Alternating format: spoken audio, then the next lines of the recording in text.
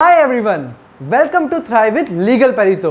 मैं हूं शिवम डागा और मैं आपको पढ़ाऊंगा corporate law.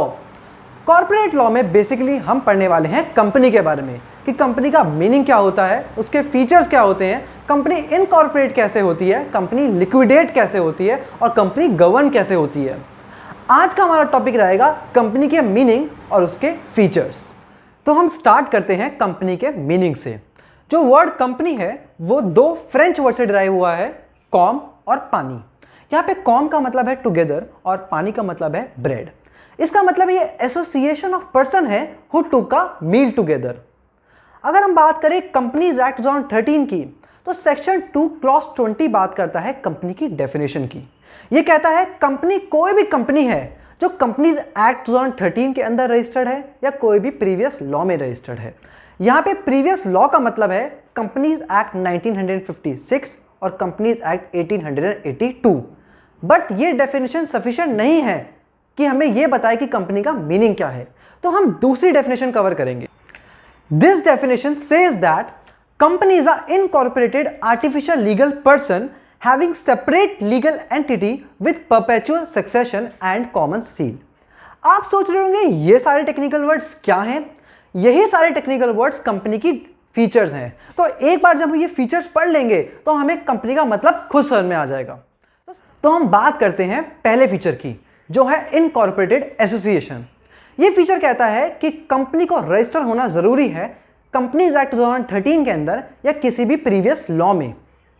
Section 464 of companies act ये कहता है कि कोई भी एसोसिएशन ऑफ पर्सन हो या कोई भी पार्टनरशिप फर्म हो जहां पे मेंबर्स आपके 50 से ज़्यादा एक्सीड कर जाएं, उसको कंपनीज एक्ट के अंदर रजिस्टर होना कंपलसरी है। बट इसकी एक्सेप्शन है जॉइंट हिंदू फैमिली या कोई भी कंपनी जो कि स्पेशल एक्ट के अंदर इनैक्ट हुई हो। हमारा सेकेंड फीचर है आर्टिफिशियल लीगल पर्सन। यहाँ पे लीगल पर्सन का मतलब है company is created by law and dissolved by law. Company एक इनटेंजिबल इनविजिबल एंटिटी है जिसकी जो एग्जिस्टेंस है वो सिर्फ लॉ की आइज में है। कंपनी कॉन्ट्रैक्ट्स में आ सकती है, कंपनी सू कर सकती है, खुद भी सू हो सकती है, कंपनी प्रॉपर्टी होल्ड कर सकती है, बट कंपनी कोई भी नेचुरल बीइंग वाले एट्रीब्यूट्स पोजेस नहीं कर सकती। इसलिए कंपनी एक आर्टिफिशियल लीगल पर्सन है। हमारा थर्ड फीचर है सेपरेट लीगल एंटिटी। इसका मतलब है कंपनी की जो कॉर्पोरेट पर्सनालिटी है वो उसके मेंबर्स और शेयर होल्डर से अलग है। इस फीचर को समझने के लिए हम दो केस लॉस करते हैं। पहला केस लॉ है salmon versus salmon and company limited 1897। इस केस में क्या हुआ था कि सैलमन एक पर्सन था जिसका खुद का शू मैन्युफैक्चरिंग का बिजनेस था। सैलमन ने एक कंपनी इनकॉर्पोरेट करी और अपना ही बिजनेस टेक ओवर कर लिया 40,000 पाउंड्स में। कंपनी के सारे सब्सक्राइबर्स उसके फैमिली मेंबर्स थे और कंपनी के जो मैनेजमेंट डायरेक्टर था वो सैलमन खुद था। एक साल बाद जब कंपनी वाउंड अप हुई तो कंपनी के 7,000 पाउंड्स के अनसिक्योर्ड क्रेडिटर्स थे। उन क्रेडिटर्स ने ये आर्ग्यू किया कि ये कंपनी कभी इंडिपेंडेंटली एग्जिस्ट करती ही नहीं थी, ये सैलमन खुद था जो एक दूसरे नाम से अपनी कंपनी चला रहा था। बट हाउस ऑफ लॉर्ड्स ने यह हेल्ड किया कि कंपनी इज ड्यूली इनकॉर्पोरेटेड और has a separate legal entity.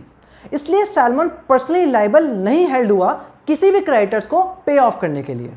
हमारा दूसरा केस है ली वर्सेस लीज फार्मिंग लिमिटेड 1961। इस केस में क्या हुआ था, ली एक पर्सन था जिसने एक कंपनी फॉर्म करी और वो उस कंपनी का मेजर शेयर होल्डर भी था, सोल गवर्निंग डायरेक्टर भी था और चीफ पायलट भी था। During the course of employment एक प्लेन क्रैश एक्सीडेंट में ली की डेथ हो जाती है। ली की वाइफ ने कॉम्पनसेशन क्लेम किया under the workman compensation act. तो यहाँ पे इशू ये था कि ली की वाइफ को कॉम्पनसेशन मिलेगा या नहीं। तो प्रीवी काउंसिल ने यह हेल्ड किया कि कॉम्पनसेशन मिलेगा irrespective of the fact that Lee एक मेजर शेयर होल्डर था। बट यहाँ पे कंपनी की सेपरेट लीगल एंटिटी है जो कि ली से अलग है। हमारा फोर्थ फीचर है परपेचुअल सक्सेशन। मेंबर्स में कम एंड मेंबर्स में go but a company will go for ever. Company की जो एग्जिस्टेंस है या कॉन्टिन्यूटी है वो उसके मेंबर्स की रिटायरमेंट, डेथ या इंसॉल्वेंसी से अफेक्ट नहीं होती। वॉर टाइम में भी अगर कंपनी के सारे मेंबर्स मर जाएं तब भी कंपनी के एग्जिस्टेंस पे कोई फर्क नहीं पड़ेगा। कंपनी सिर्फ डिसॉल्व होती है जब उसका नाम रजिस्ट्रार ऑफ ऑफिस में रजिस्ट्रार से हटा दिया जाता है। फिफ्थ फीचर है common seal. Common seal company का ऑफिशियल सिग्नेचर होता है। पहले ये मैंडेटरी था, but after the companies amendment act 2015 इसको ऑप्शनल कर दिया गया है। सेक्शन 12 कहता है जिस भी कंपनी का कॉमन सील नहीं है वहाँ पे 2 डायरेक्टर्स या फिर 1 डायरेक्टर या 1 कंपनी सेक्रेटरी कोई भी डॉक्यूमेंट को ऑथेंटिकेट कर सकते हैं। पहले ये कंपनी का एक इनहेरिटेंट फीचर हुआ करता था, बट अब इसको हटा दिया गया है। अब हम कंपनी के अदर फीचर्स की बात करते हैं, जिसमें पहला आता है सेपरेट प्रॉपर्टी। कंपनी अपने नाम पर प्रॉपर्टी परचेज कर सकती है, होल्ड कर सकती है और सेल भी कर सकती है। किसी भी मेंबर का उस पर कोई भी राइट नहीं होगा। सेकंड है ट्रांसफर ऑफ शेयर्स। कंपनी के जो शेयर्स होते हैं वो फ्रीली ट्रांसफर होते हैं। अगर मैं बात करूं पब्लिक कंपनी की, तो पब्लिक कंपनी के शेयर्स ईजिली ट्रांसफर हैं without any prior approval. And private company के शेयर ट्रांसफर पर रिस्ट्रिक्शंस होती हैं। हमारा लास्ट फीचर है लिमिटेशन ऑन एक्शन। कंपनी ऐसा कोई भी एक्ट नहीं कर सकती जो उसके एमओए के ऑब्जेक्टिव क्लॉज के बाहर हो। अगर वो कोई ऐसा एक्ट करती है तो वो एक्ट अल्ट्रा वायरस माना जाएगा, मतलब नल और वॉइड। एमओए एंड एओए हम आने वाली वीडियोस में कवर करेंगे। आज के लिए इतना ही गाइस।